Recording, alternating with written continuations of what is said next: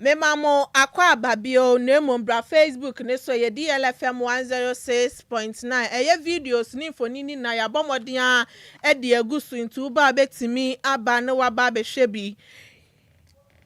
eye presidency e de nsama betuja e de afa eye acting eye gold boss CEO Sami Jemfi eye US dollar o de ma eye evangelist Patricia esiedu esiama dodo na efre no eye na agrada na ye okasamafo ede ma ye omanpani eye Felix Kwachi ofosu ede nsema betuja echirema eye ade a enrada eye kotonim abosom ne de tosu eye dunan no eye chopa ne ahweye ekoso wo ho ni nti omanpani abekasa ede afa asem ne ho na emu masem ne ba ye no na eye chief of staff ana wo so hwa asem no na obomodin aka obomodin eto ne inside the fry ye Sami Jemfi ema ne bai se ne be obetoto na no e wa bro hu se video no ekoso e wo social media no so bia e ka na adwen nipa bebre na e ka seti aye video no ebi mu chie mank ye momode ane entwe ne nsan isan se adentin no mampani edi code of conduct aba betuja no wa ye opani awo honom no abomode akokan US dollar ede ama eye na agrada e wo ye nipa do mu sei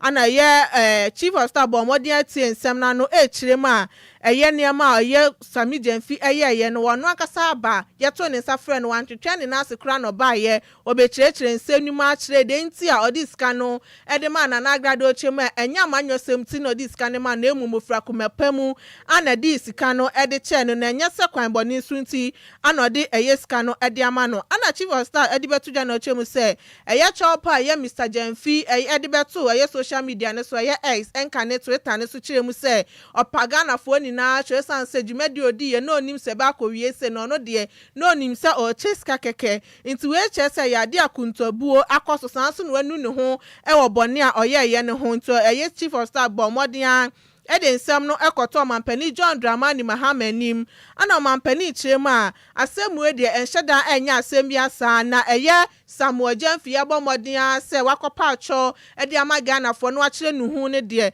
ana hu hia se o meka asem no edi edu akire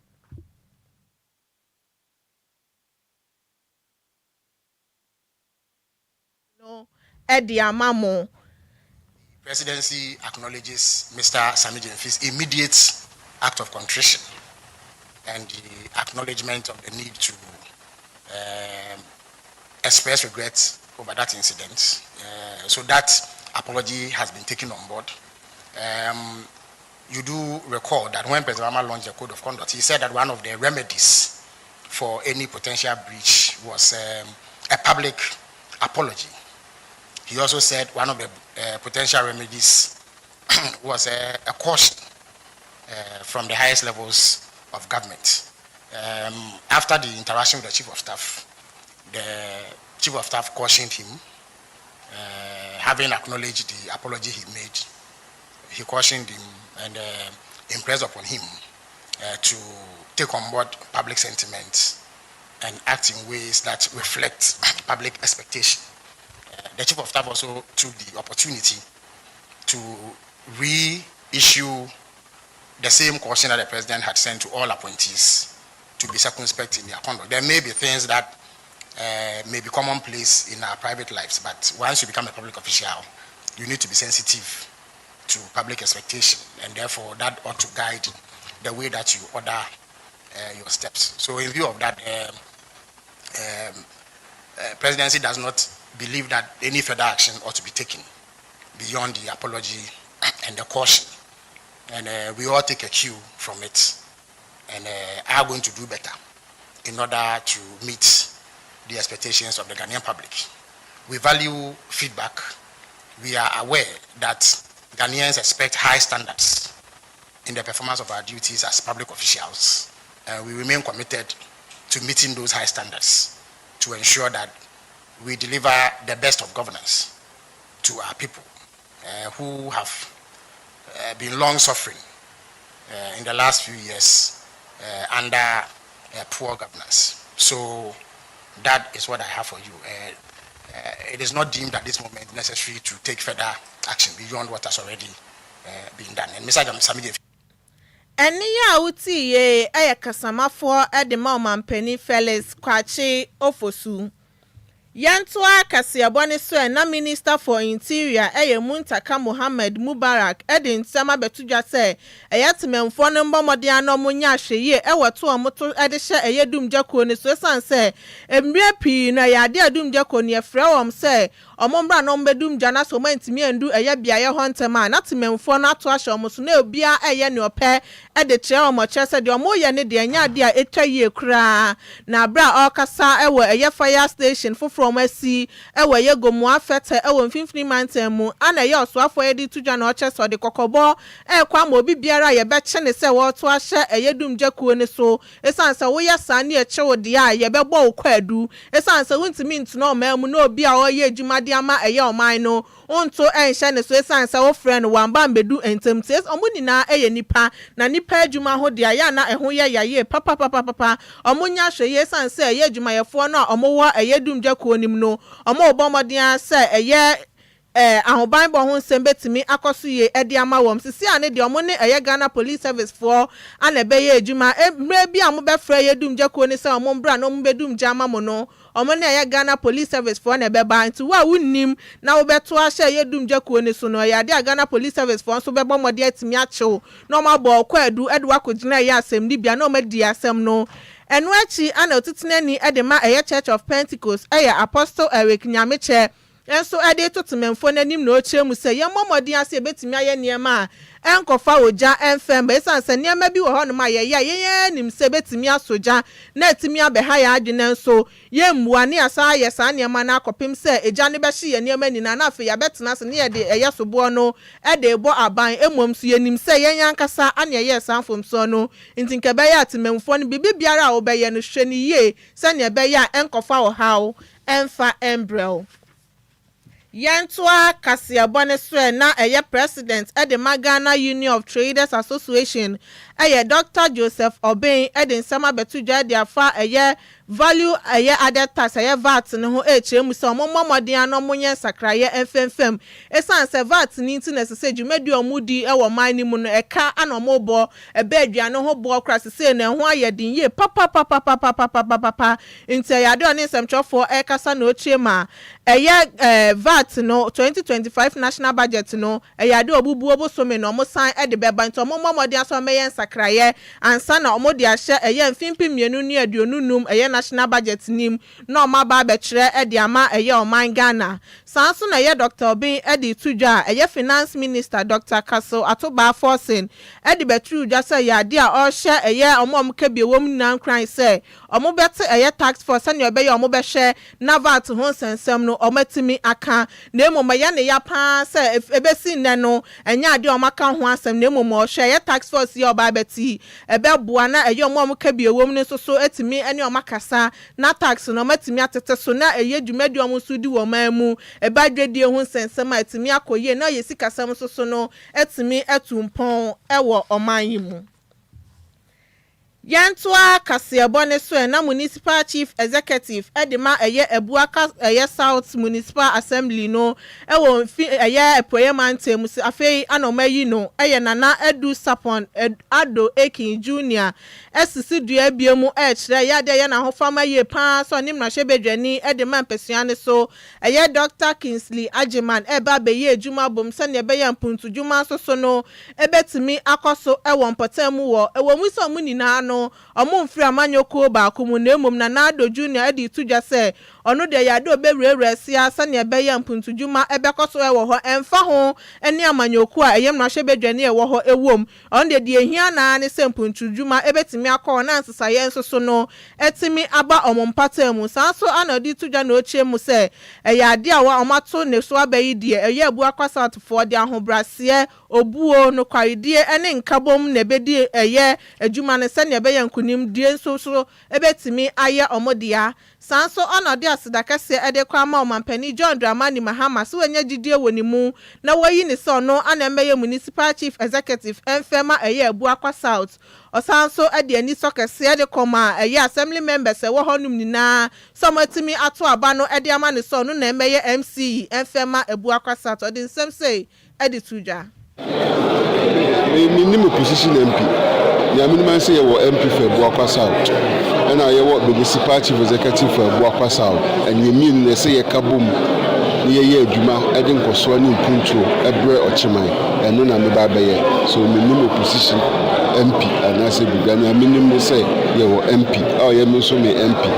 me a municipal chief executive I'm a representative president ne ede nkoso ne mpuntuo ayede aba nti eno na ye beye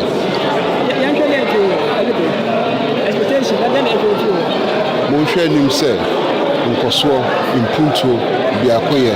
no kredie and a deba, the Abasum, a year Adwoa South municipality. Any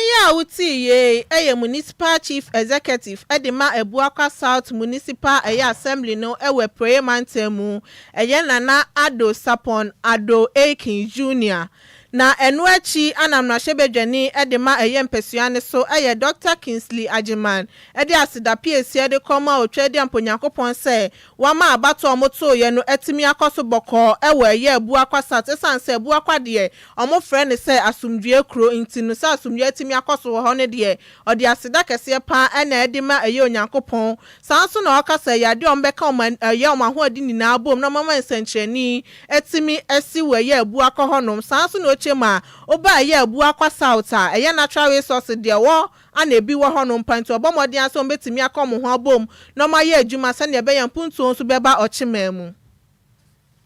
ikan ye beda nyame ase ba bi asumdue ni nkabom entumi ma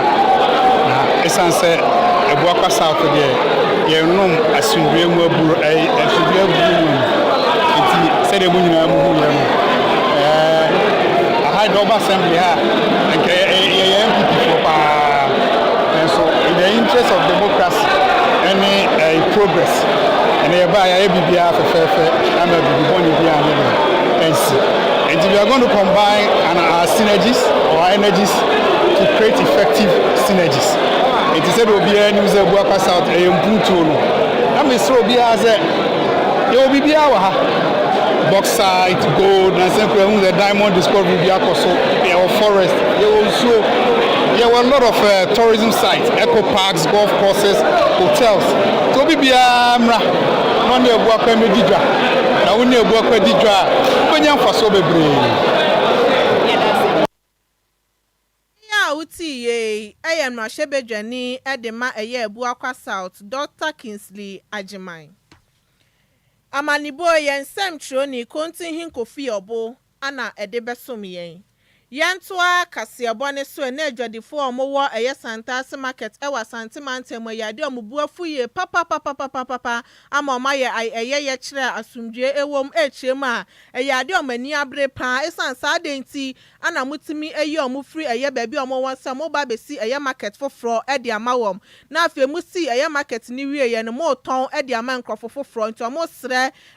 asante hin otumfo se tutu otosumienu so omomodian no mfa ne hunji msane be ya tentene ne nsoso no ebetimi akoso wo ho na adwadifo no echirema yade omuyi omufri wo no ma ye mfie be ye mienu nie so omo ba be shops no ehye omo boso omo wie pe yade omo nina ebeba aba abetna shop nim ede omo juma na afie omo behu yade a shop no masie wi se no moton no ye 350,000 Ghana cedis omo san so aton ede ama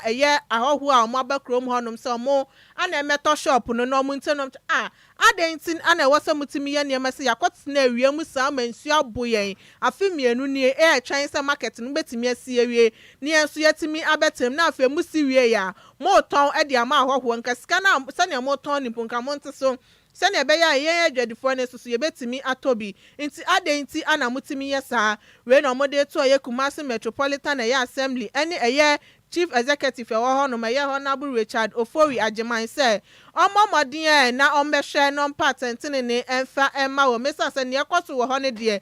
omo yaye papa omenya abotra atwen se beti embeshi shops na wie na afi mobile amanka bibia ankire wo sanso ana ma ne mamu so anda ho amfa ma wom do mehu ane se mo ton shop ne 350,000 Ghana cedis mo ton so na mo ton e de ama ho adenti ana mo ye senti na ye nana ama afra na ye ohima ewo dwomonom e de ye chopa kese kwa motumfo se omomodi ano mbeboa wom sane ebe ye omososo no ombetimi enya eye shops ni bi atenem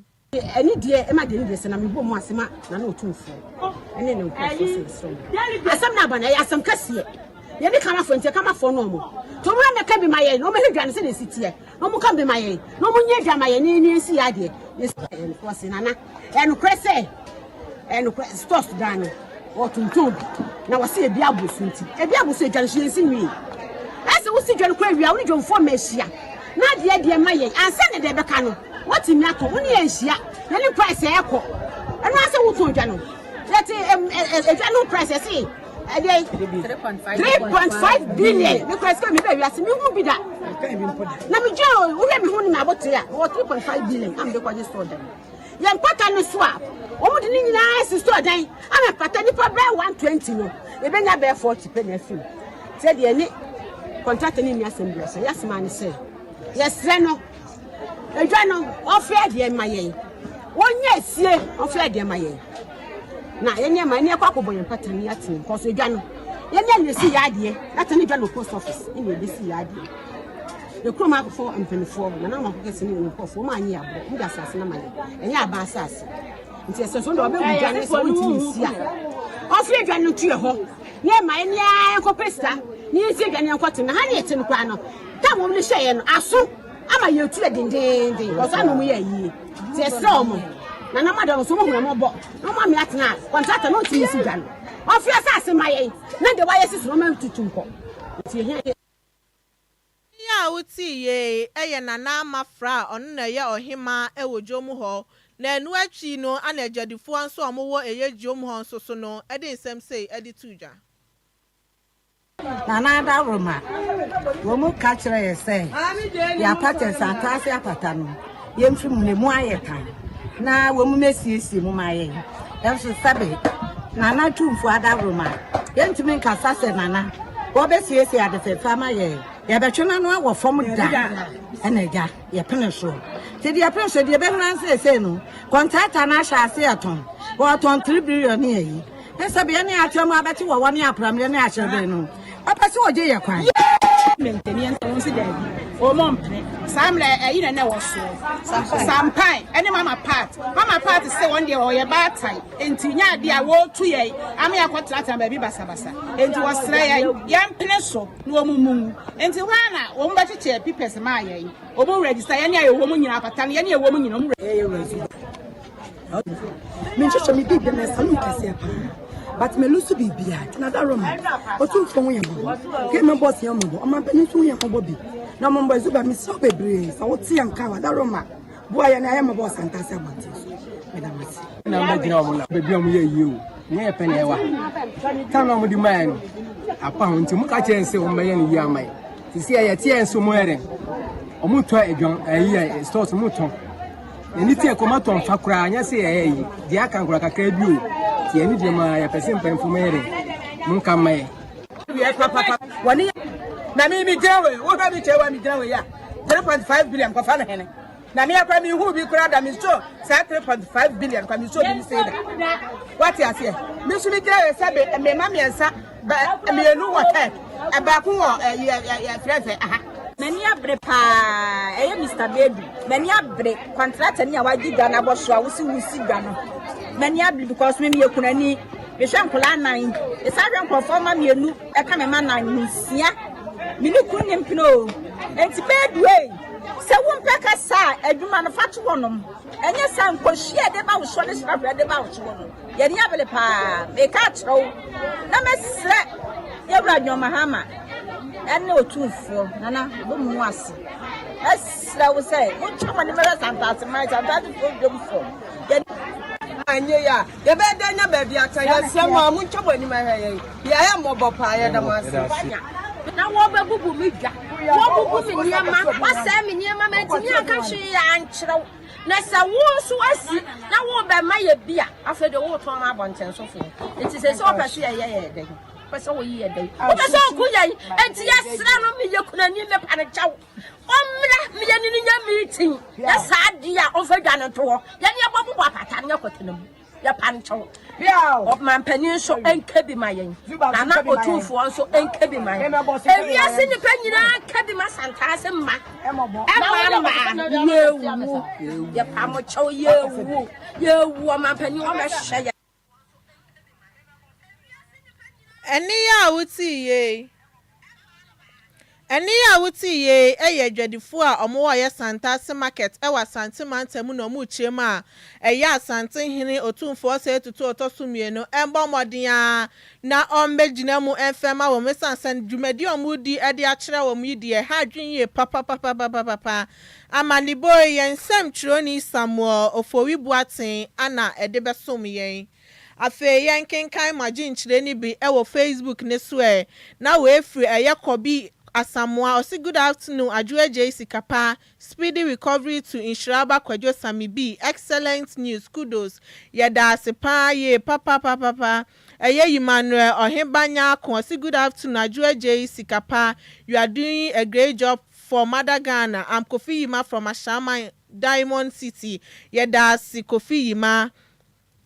I say happy birthday kasiye enkoma obofo Michael ane ende no ankasa no obofo Michael ne birthday ne sene de bia oye nkrofo wa ha no principality and powers no ebekoso e de ama ne ye papa when so free ye Kwadwo Asempa Furniture Works I say I'm enjoying this powerful news from Kwadwo Asempa Furniture Works Edum Kumase ye das ye pa when so free ye Kofi Parliament I say watching Agona Bobikuma apa DL the best news ye das ye pa when so every aya kwame ofowi amanfo ene o se chop keys Adwoa Agyei Sikapa medamasiye pa samonso mo de madwen kire e de ba eye Facebook ne so ne de kasebo no e ba wieye kasebo nem samifo eye Miss Mabel entry sanso ana eye Kofitela e de me ko eye Facebook ne so DJ Omarion e bobo me voices no e de e maame me amede kasebo yi e besom mo edi ameje so ane Adwoa Agyei Sikapa me sorry so na Adwoa Silky ene na pamfo eye sexy journalist ene kwamye fum e di DL our jumedie no ebesom